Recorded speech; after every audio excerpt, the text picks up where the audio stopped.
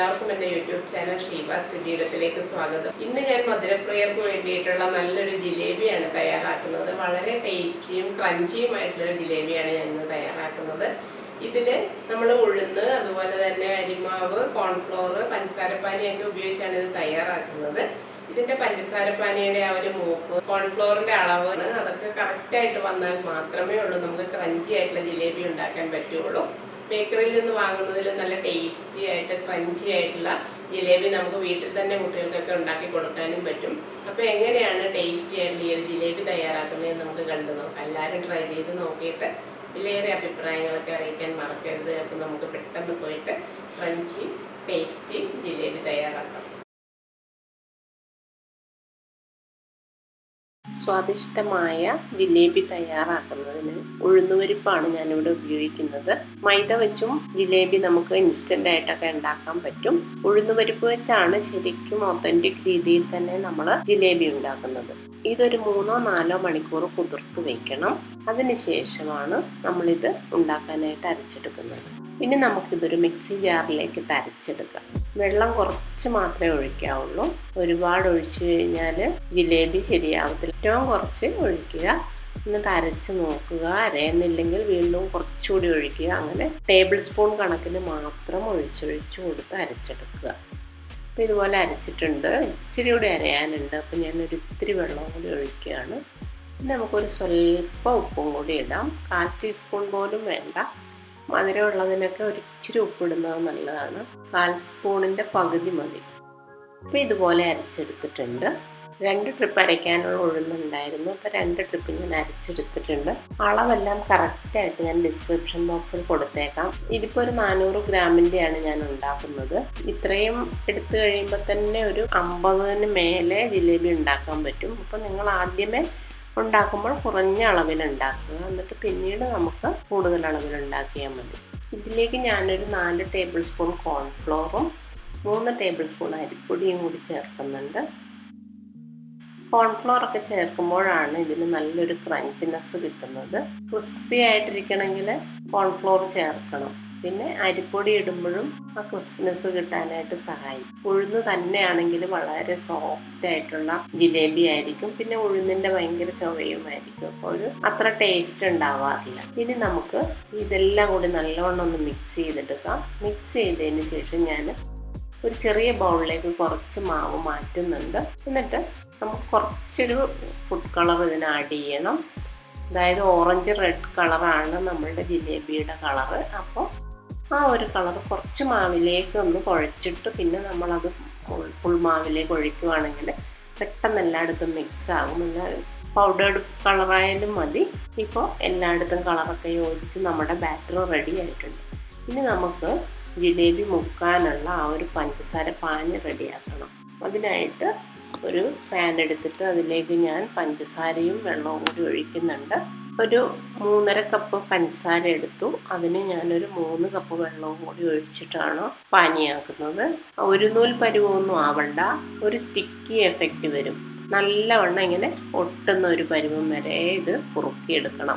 അല്ലെങ്കിൽ ജിലേബി വെറുതെ സോഫ്റ്റ് ആയിട്ട് പോകും. അതിനകത്തേക്ക് ഇട്ട് കഴിയുമ്പോൾ കുതിർന്നിരിക്കും.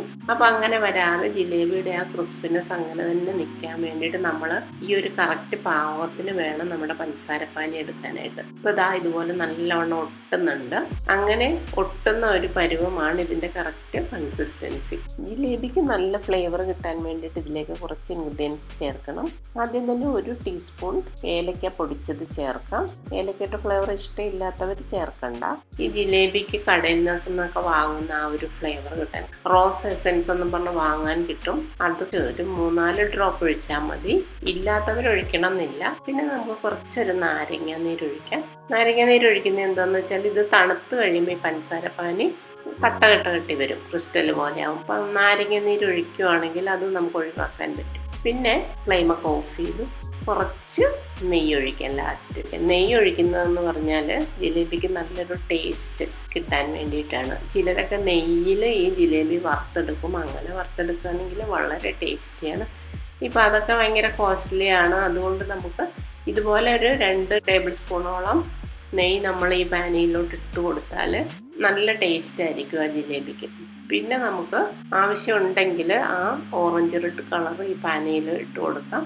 അപ്പോൾ ജിലേബിക്ക് ഒന്നുകൂടി ഒരു കളർ കിട്ടും. ഞാനിപ്പോൾ ഇതിൽ ചേർക്കുന്നില്ല. നമ്മൾ ഒത്തിരി കളറൊക്കെ ചേർക്കുന്നത് നമുക്ക് ആരോഗ്യത്തിന് ഹാനികരമാണ്. അപ്പം നമ്മൾ കഴിവതും കളറൊക്കെ ഉപയോഗിക്കാതിരിക്കാൻ നോക്കുക.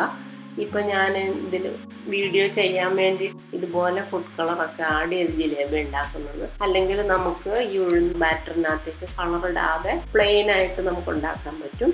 നമ്മൾ വീട്ടിലുണ്ടാക്കുമ്പോൾ അങ്ങനെ ഉണ്ടാക്കി കഴിക്കുകയായിരിക്കും നല്ലത്. ഇനി നമ്മൾ ബാറ്റർ നമ്മൾ ഇതുപോലൊരു പൈപ്പിംഗ് ബാഗിലേക്ക് ഇട്ടിട്ടാണ് ഞാൻ ഉണ്ടാക്കുന്നത്. കേക്കിന് ഐസിംഗ് ഒക്കെ ചെയ്യാനായിട്ട് ഉപയോഗിക്കുന്ന പൈപ്പിംഗ് ബാഗ് എന്ന് പറഞ്ഞാൽ മതി. ഇത് നമുക്ക് വാങ്ങാൻ കിട്ടും ഷോപ്പിലൊക്കെ. അതിൽ ഇടുവാണെങ്കിൽ നമുക്ക് നല്ലോണം ഉണ്ടാക്കാൻ പറ്റും. അതില്ലാത്തവർ ഇതുപോലെ പാലിൻ്റെ കവറോ ഒരു സിപ്പ് ലോക്ക് ബാഗോ എന്തെങ്കിലും എടുത്തിട്ട് ഒരു സൈഡ് വെട്ടിയിട്ട് അതിലേക്ക് മാവ് നിറച്ചിട്ട് ഈ കോർണർ ഒന്ന് മുറിച്ച് കൊടുത്താൽ മതി. വളരെ ചെറിയ ഹോൾ ഇടാൻ നോക്കണം. ഇടുമ്പോൾ നമ്മുടെ ജിലേബിയുടെയൊക്കെ ആ ഒരു തിക്നെസ് ഉണ്ടല്ലോ, അത്രയും ഹോളല്ലാതെ ഒരുപാട് വലിയ ഹോളൊന്നും ഇട്ട് വയ്ക്കരുത്. അല്ലെങ്കിൽ പിന്നെ ഇതുപോലെ ബോട്ടിലുണ്ടെങ്കിൽ ഇതിലും നമുക്ക് ചെയ്യാം. ഇതിലേക്ക് മാവ് നിറച്ചിട്ട് ഇങ്ങനെ കമത്തി പിടിച്ചിട്ട് ആ ഷേപ്പിൽ ഒഴിച്ചു കൊടുത്താൽ മതി. ഞാനിപ്പോൾ ഈ പൈപ്പിംഗ് ബാഗിലാണ് ചെയ്യാൻ പോകുന്നത്. അപ്പോൾ ഒരു ഗ്ലാസിൻ്റെ മേലെ ഇതുപോലെ വെക്കുകയാണെങ്കിൽ അതിലേക്ക് നിറയ്ക്കാൻ നമുക്ക് എളുപ്പമായിരിക്കും. ഈ സമയത്ത് നമുക്കൊരു പാൻ സ്റ്റൗവിൽ വെച്ചിട്ട് ഇതിലേക്ക് ഞാൻ സൺഫ്ലവർ ഓയിലാണ് ഒഴിക്കുന്നത്. കോക്കനട്ട് ഓയിൽ നല്ലത്, മറ്റുള്ള മണമില്ലാത്ത ഓയിലായിരിക്കും. അത് നല്ലവണ്ണം ചൂടാവട്ടെ. അപ്പോഴേക്കും നമുക്ക് ഇതൊന്ന് റെഡിയാക്കി എടുക്കാം. ഇനി ഇതിനകത്തേക്ക് നമുക്ക് മാവ് ഒഴിച്ചു കൊടുക്കാം. ഒരുപാട് നിറയ്ക്കേണ്ട ആവശ്യമില്ല. അപ്പോൾ ഇതുപോലെ കിട്ടിയിട്ടുണ്ട്. ഇനിയിപ്പോൾ നമ്മൾ ഇതിൻ്റെ എൻഡിൽ ഒരു കട്ടിട്ട് കൊടുക്കണം. നമ്മൾ ജിലേബിക്ക് എത്ര തിക്നെസ് വേണോ ആ ഒരളവ് വെച്ച് ആണ് നമ്മൾ അതിന് കട്ടിട്ട് കൊടുക്കുന്നത്. ഇത്രയും മതി. ഇനി ഇത് പ്രസ് ചെയ്ത് നമ്മൾ എണ്ണയിലേക്ക് ഒഴിക്കുകയാണ് ചെയ്യുന്നത്. ഇപ്പം നമ്മുടെ എണ്ണ ഇവിടെ നല്ലവണ്ണം തിളച്ച് ചൂടായി കിടക്കുകയാണ്. തിളച്ചതിന് ശേഷം നമ്മളിത് മാവ് ഇതിലേക്ക് ഇടുമ്പോൾ ഫ്ലെയിം ഒന്ന് മീഡിയത്തിലാക്കാം. എന്നിട്ട് ഇതുപോലെ ജിലേബിയുടെ ഷേപ്പൊക്കെ അറിയാമല്ലോ എല്ലാവർക്കും. അപ്പോൾ അതുപോലെ ഒന്ന് ചുറ്റിച്ചു കൊടുക്കാം.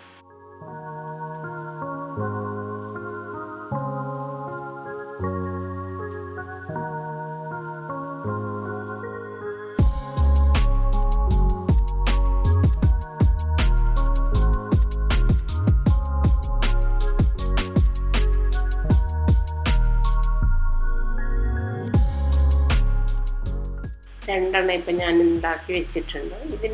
ഇതിന് മുകളിലേക്ക് കുറേശ്ശെ എണ്ണ കോരി ഒഴിച്ചു കൊടുക്കണം. പിന്നെ നമ്മൾ പാനിൽ എണ്ണ ഒഴിക്കുമ്പോൾ ശ്രദ്ധിക്കാനുള്ളത് ഒരുപാട് എണ്ണ ഒഴിക്കണ്ട. പാനിൻ്റെ ഒരു മിഡിൽ ലെവലിൽ നിൽക്കുന്ന രീതിയിൽ മതി. പിന്നെ പാൻ എടുക്കുമ്പോൾ ശ്രദ്ധിക്കാനുള്ളത് ഒരു പരന്ന പാത്രം എടുക്കണം. ഒത്തിരി കുഴിവില്ലാത്ത പരന്ന ടൈപ്പിലുള്ള പാൻ എടുക്കുകയായിരിക്കും നല്ലത്. ജിലേബിയൊക്കെ ഉണ്ടാക്കാനായിട്ട് അങ്ങനെയുള്ളതാണ് നല്ലത്. ഇനി ഇത് നമുക്കൊന്ന് തിരിച്ചു മറിച്ചുമൊക്കെ ഇട്ട് കൊടുക്കാം. തൊടുമ്പോഴേക്കും നല്ലൊരു ക്രിസ്പിനെസ് ഫീൽ ചെയ്യുന്ന ടൈമിൽ നമുക്കിത് എടുക്കാം.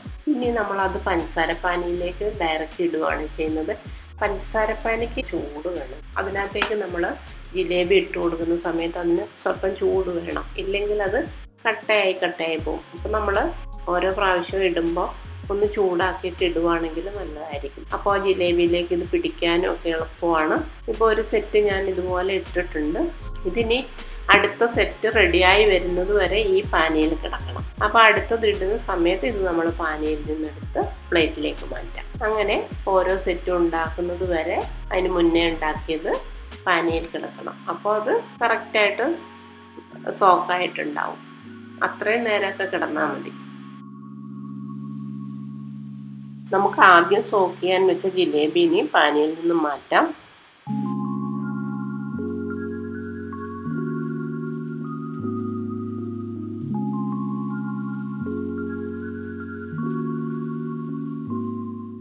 അപ്പോൾ ലാസ്റ്റ് സെറ്റ് ഞാൻ റെഡിയാക്കി എടുക്കുവാണ്.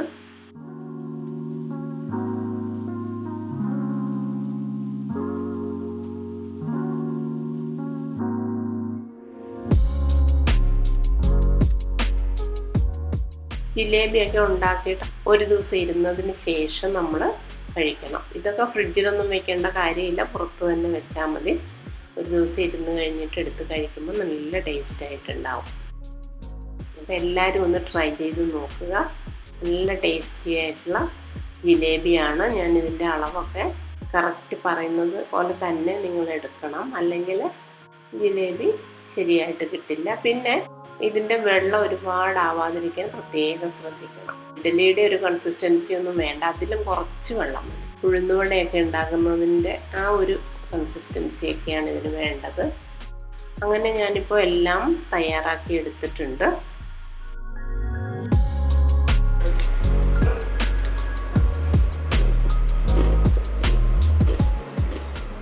എല്ലാവരും അടിപൊളി ടേസ്റ്റുള്ള ഈ ജിലേബി ഒന്ന് ട്രൈ ചെയ്ത് നോക്കുക.